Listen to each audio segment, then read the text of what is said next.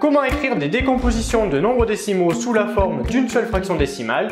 C'est ce que l'on va voir de suite dans cette vidéo. C'est parti!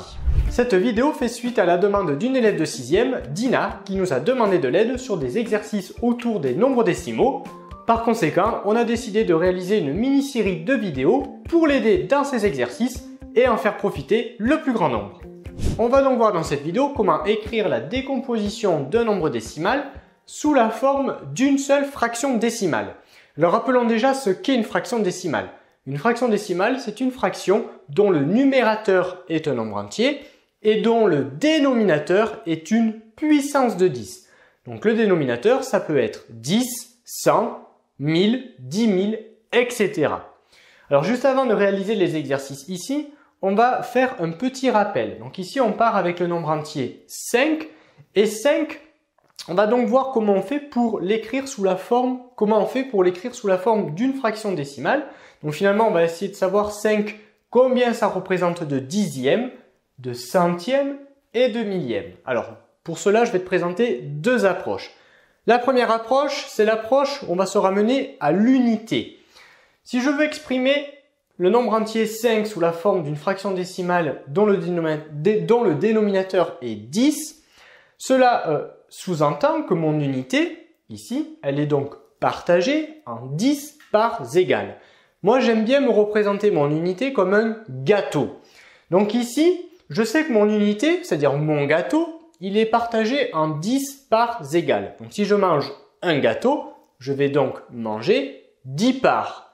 Si je mange 2 gâteaux, je vais donc manger 10 parts plus 10 parts, c'est-à-dire 20 parts. Par conséquent, rapidement, est-ce que tu peux me dire, si je mange 5 gâteaux, c'est-à-dire 5 unités, combien ça représente de parts en tout, sachant que mon unité, à chaque fois, elle est partagée en 10. Bien, en tout, oui, ça va représenter 50 parts. Ainsi, 5, ça va être égal à 50 dixièmes.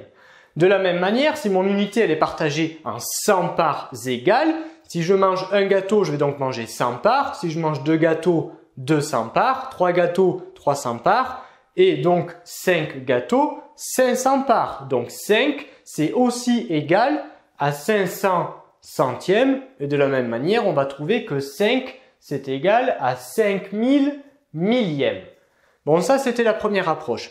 La deuxième approche, c'est de nous ramener avec les propriétés des fractions pour réduire au même dénominateur. 5, mais on n'oublie pas que 5, c'est sous-entendu 5 sur 1. Voilà, 5, j'ai le droit d'écrire que c'est 5 sur 1. Maintenant, si je veux réduire au même dénominateur, là, mon dénominateur, c'est 1. Ici, c'est 10. Bien, qu'est-ce que je vais devoir faire? Bien, pour avoir au dénominateur 10, par combien je vais multiplier mon 1? Bien, 1, je vais le multiplier par 10. Mais on n'oublie pas que si je multiplie mon dénominateur par 10, pour ne pas changer la valeur de ma fraction, si je multiplie en bas par 10, je multiplie en haut également par 10. Ainsi, 5, c'est-à-dire 5 sur 1, la fraction 5 sur 1, c'est égal à la fraction 50 dixièmes. On retrouve le même résultat qu'on a trouvé tout à l'heure. De la même manière, si je veux réduire au même dénominateur avec une fraction dont le dénominateur ici c'est 100, mais là je ne vais pas multiplier par 10 en bas, je vais donc multiplier par 100. Pareil en haut, et on va donc trouver ici 500 centièmes. Et de la même manière, si je veux réduire au même dénominateur, sachant qu'ici ma fraction, son dénominateur c'est 1000, je vais multiplier ici par 1000, par conséquent en haut également par 1000, et donc ma fraction 5 sur 1, c'est la même chose que 5000 millièmes. Maintenant que les rappels sont faits, on peut passer à la réalisation de l'exercice. On commence ici. On souhaite donc écrire tout ceci sous la forme d'une seule fraction décimale. Déjà, il faut que je repère dans ma décomposition quelle est la fraction qui a le plus grand dénominateur, parce que c'est ce dénominateur-là que l'on va garder. Bon, ici, il n'y a qu'une seule fraction dans ma décomposition, et le dénominateur c'est 10, donc on va garder comme dénominateur 10 dans l'écriture finale fractionnaire. Bon, le problème c'est que 7, lui, il n'est pas écrit avec un dénominateur sur 10. C'est 7 unités, il faut donc que je cherche à savoir combien ça représente de dixièmes. Bon, moi, ce que j'aime bien faire, c'est la deuxième approche que l'on a vue tout à l'heure. C'est-à-dire que je n'oublie pas que 7, eh bien c'est sous-entendu 7 sur 1. Alors ça, il faut... Bon, si au début ça t'aide, tu peux l'écrire, mais bon, c'est mieux de se le représenter dans la tête. 7, c'est sous-entendu 7 sur 1. Donc maintenant, comment je fais pour réduire cette fraction au même dénominateur, c'est-à-dire avec un dénominateur égal à 10? Bien tout simplement, je vais multiplier le dénominateur par 10. J'aurai donc une nouvelle fraction qui sera donc sur 10. On va déjà l'écrire. Et par contre, j'oublie pas que si je multiplie par 10 au dénominateur, je multiplie par 10 au numérateur. Combien j'ai maintenant au numérateur? J'ai donc 70. Ainsi, 7, ou la fraction 7 sur 1, c'est égal à 70 dixièmes. Plus 6 dixièmes. Maintenant, je peux additionner mes deux fractions parce qu'on a bien le même dénominateur. Et en tout, combien j'ai de dixièmes? Eh bien, j'ai 70 plus 6, c'est-à-dire 76 dixièmes.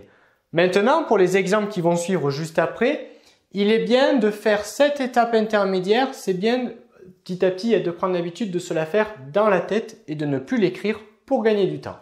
On continue avec la décomposition suivante. Donc, on a ici 3 plus 5 dixièmes plus 2 centièmes. Première chose à faire, c'est repérer la fraction qui a le plus grand dénominateur parce que c'est ce dénominateur que l'on va garder pour l'écriture à la fin.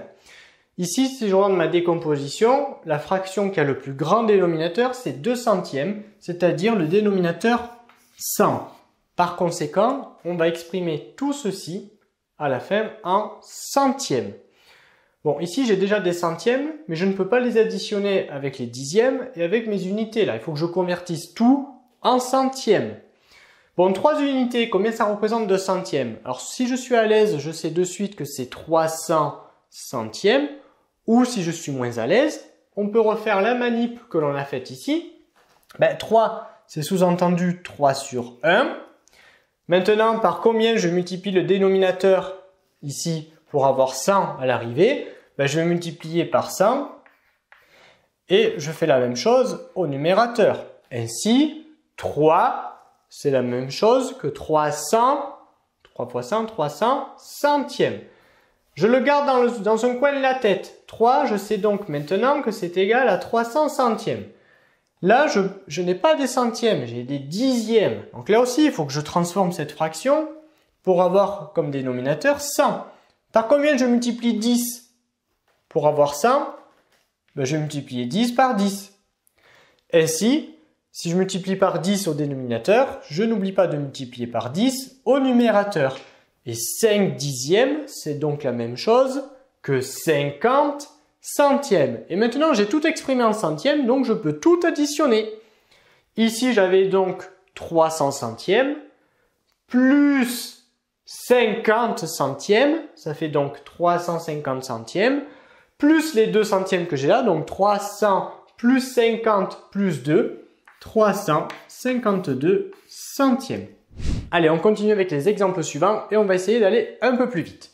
On a ici 45 plus 8 dixièmes. Je regarde quelle est la fraction qui a le plus grand dénominateur. Bon là, j'ai qu'une seule fraction, elle est sur 10.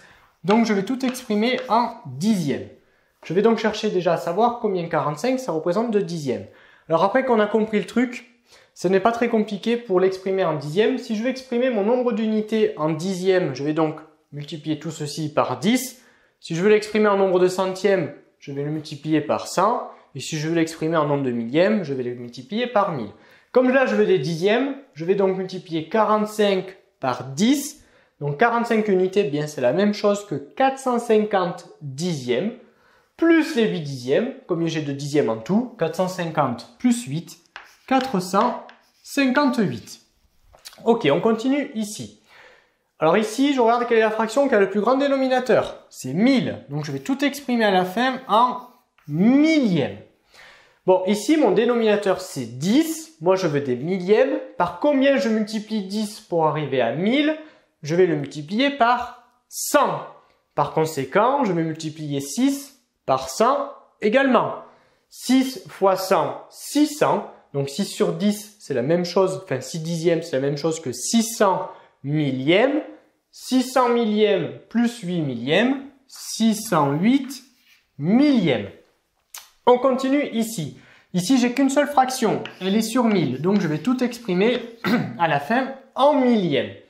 9 unités, pour savoir combien ça représente de millièmes, je multiplie par 1000, c'est-à-dire que 9, c'est 9000 millièmes.